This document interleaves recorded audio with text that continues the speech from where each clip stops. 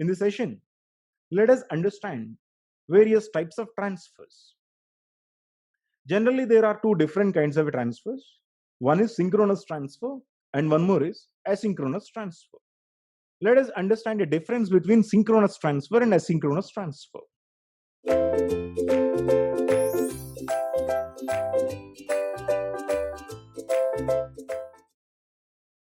Let us consider a system, a CPU, which has a few registers in it.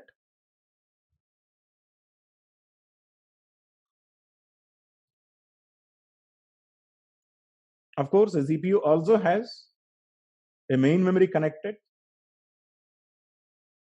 And now, if you can look at this, all of these locations are being controlled by the same control unit, since all are connected to the same master clock, right? So, within a single system, if a transfer has to take place, then it is said to be synchronous transfer, because the transfer is happening in between the devices which share the same clock pulse. Okay, so if at all a transfer has to be initiated, the control unit will take care of the transfer. Initially, the control unit is going to send the control signals to source location and the destination location. Let us say a transfer has to take place in between R1 to R2. Okay, R1 is a source register, R2 is a destination register. So the control signals, corresponding control signals to enable these two registers will be sent by the control unit. The moment these registers receive those control signals, then they will involve in a transfer. Then R1 will send the data, R2 will receive the data. Okay, now here this transfer is said to be synchronous because these two are listening just the instructions of the control unit. Other than this, these two registers has nothing to do. That is, in a single system, when these are using the same master clock, the registers wait for their turn to be selected by the control unit. Till they get selected, they won't get involved in any transfer. The moment they receive the corresponding control signals, then they will get activated, and the transfer is going to take place in between those two registers which are selected by the control unit. Okay, then this transfer can happen in between these two registers. The transfer can happen in between register to register, register to main memory to register, or main memory to main memory. Any transfer is said to be synchronous because all are using same master clock. All are being controlled by same master clock and the control unit. Okay. Now, these transfers are either can happen in serial fashion or in the parallel fashion. Both synchronous and asynchronous transfers are of two types. Again, serial transfers and parallel transfer. Let us discuss about synchronous serial transfer. Okay. Synchronous serial transfer.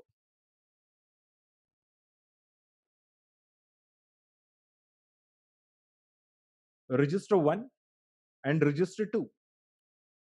You know that we are using 16-bit registers 0, 1, 2, 16. Here also 0, 1, 2, 16. Total 16 digits. Now a transfer has to be initiated serially. What will happen? Initially, both will get selected, after which the source register most significant digit will get transferred to the least significant digit of the destination register. Okay, then content will be shifted one by one. You know that most significant digit is getting transferred to the least significant digit. Then in the next shift, next digit will get transferred. So in every transfer, bit by bit, each and every bit will move to the next subsequent bit positions, so that entirely the transfer will happen after 16 shifts. After 16 shifts, since the digits are equal to 16, after 16 shifts, the transfer will completely happen. Okay, so in the serial fashion, if you want to transfer one digit, I do require one clock cycle. Okay, total clock cycles in order to perform the shifts are equal to 16 in this case. Let us talk about parallel transfer. When it comes to the parallel transfer,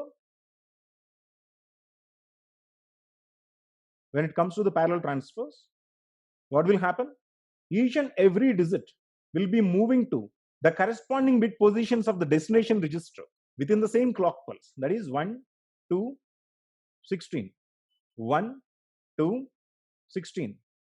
So when a transfer is initiated, then these bits will get transferred to the corresponding bits in the destination register. Okay, so this transfer is said to be parallel, synchronous parallel. You know that when there is a bus system connected, we can make the transfers in parallel. You know that within the same clock pulse, the transfers will happen. For an example, in T0, program counter will have to make a transfer to address register. So what will happen? In the rising edge of the clock pulse, source register contents will get transferred to the bus system. In the falling edge of the clock pulse, from the bus system through the destination register, all bits will get transferred at a stretch. So in a parallel transfer, as you have seen that each and every bit is getting transferred to the corresponding bit positions in the destination register. This is the difference between serial transfer and a parallel transfer. If you want to achieve the parallel transfer, you require a bus system. Okay, now let us discuss about asynchronous transfers.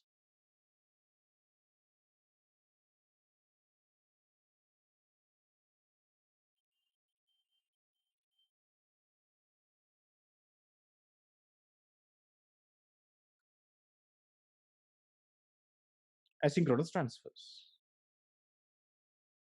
What is an asynchronous transfer? Try to understand. Now here, when a transfer is happening in between two locations that shares two different clocks, then the transfer is obviously said to be in the asynchronous manner, which means that I do have a CPU, I do have a printer. Okay, you know that CPU is not directly connected to the printer. Rather, printer is using a separate clock and the CPU is also using a separate clock. So if you want to initiate a transfer in between CPU and the printer, the transfer is said to be asynchronous. Again, asynchronous transfer also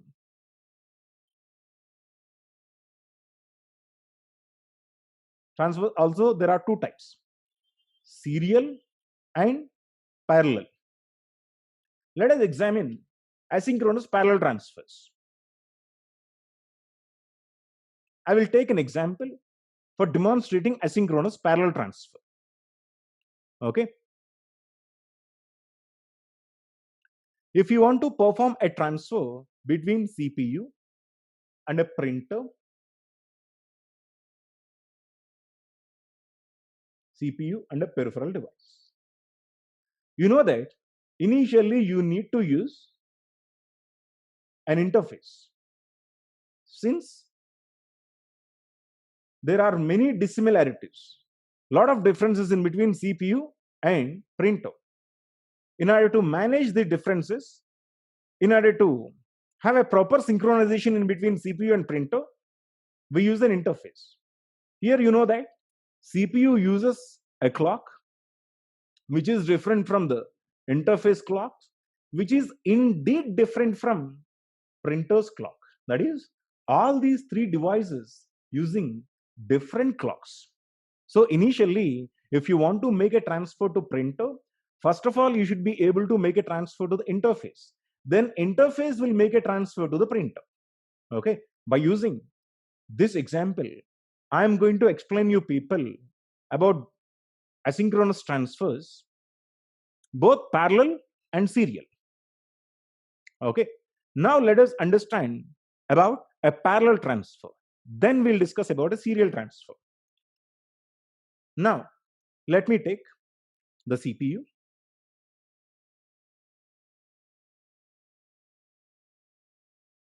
and interface.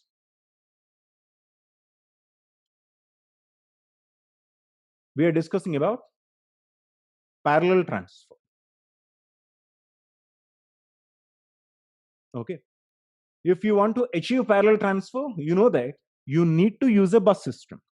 CPU will use the data bus to connect to the interface. Beg your pardon? CPU uses a data bus to connect the interface. But here the problem is, the interface is not in synchronization with the CPU. The interface is not in synchronization with the CPU. Okay. Now, whenever CPU wants to send data to the interface, then it uses the data bus. It uses the data bus. Here, the problem is, the moment CPU puts the data into the data bus, interface doesn't know. When CPU puts the data into the data bus, interface don't know that the data has been initiated because the interface is using a different clock. Interface is not being controlled by the CPU. Now what I'll do is, rather than calling it as CPU and interface, I will call it as source and the destination. Okay.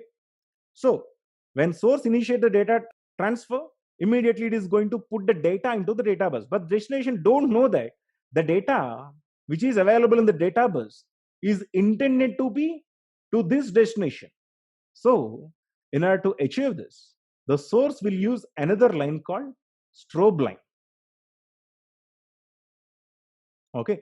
So what source does is, initially it is going to put the data into the data bus, and in order to invoke the interface, it will use the strobe pulse. Then it is going to activate the strobe line. The moment strobe line is enabled, the moment strobe line is received by this destination, then it understands that the data which is available in the data bus is for it. Then it is going to receive the data which is in the data bus. Now that is only two things. One is source puts data in data bus, and it enables the strobe line.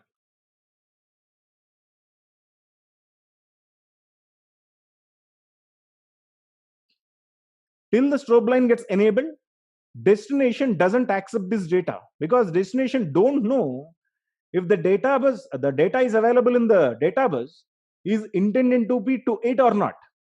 Okay, so it waits till strobe gets enabled. The moment strobe gets enabled, the moment strobe is received by the destination, then immediately it is going to receive the data which is available in the data bus, which is called a strobe initiated parallel transfer. We are talking about a parallel transfer. In the parallel transfer, what is going to happen? There is a source and there is a destination. The source will initially put the data into the data bus, and then it is going to enable the strobe pulse. The moment strobe pulse is received by the destination, it is going to accept. Till then, it don't know, destination don't know if the data is for her or not. Okay. But here you can clearly see there is a problem. Okay. What is the problem? Let us see.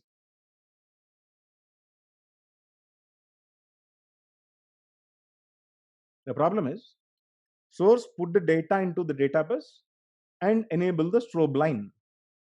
But the problem is, even though the destination receives the data, source don't know that the data transfer has been accomplished and successful, because there is no feedback. Destination is not saying the source that it received the data.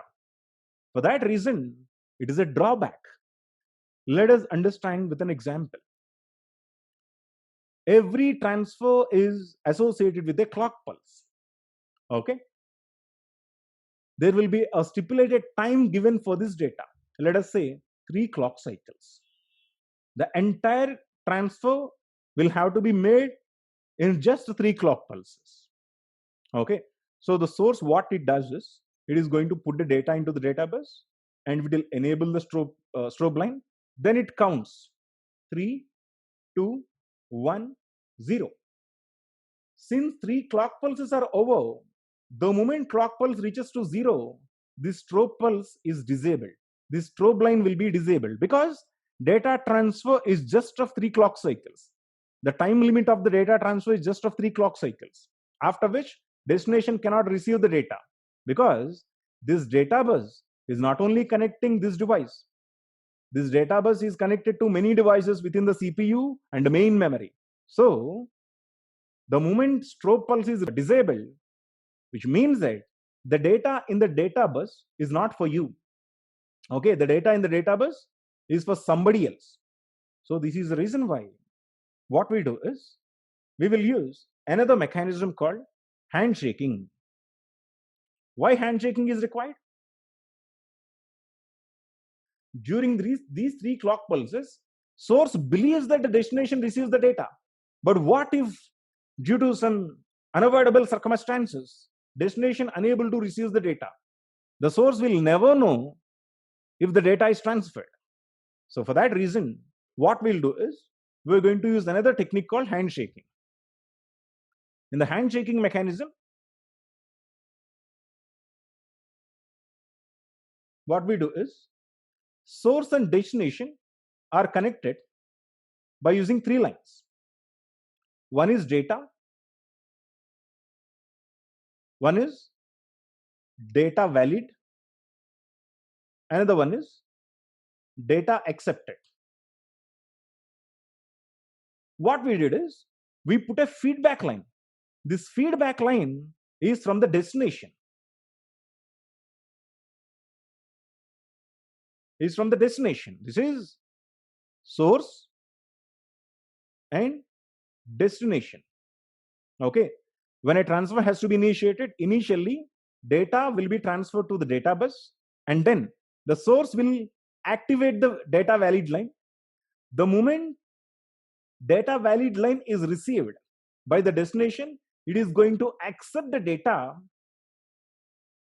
by transferring the contents into registers, after which it is going to respond and give a feedback to the source that it received the data which is available in the data bus by enabling the data accepted line. So complete handshake has been finished. So here a feedback mechanism has been initiated and introduced, in which source will exactly know if the data is completed or not. Okay, so this is more sophisticated than strobe pulse. In the strobe pulse, source believes that during this stipulated time, data might have been received by the destination, but it exactly don't know. But here, in the handshaking mechanism,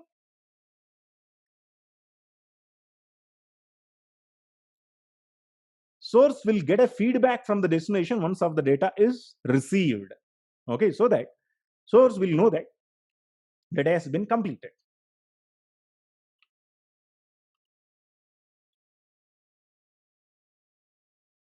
As you can see here, strobe pulse and handshaking. Strobe pulse is supplied by one unit to indicate the other unit when the transfer has to occur.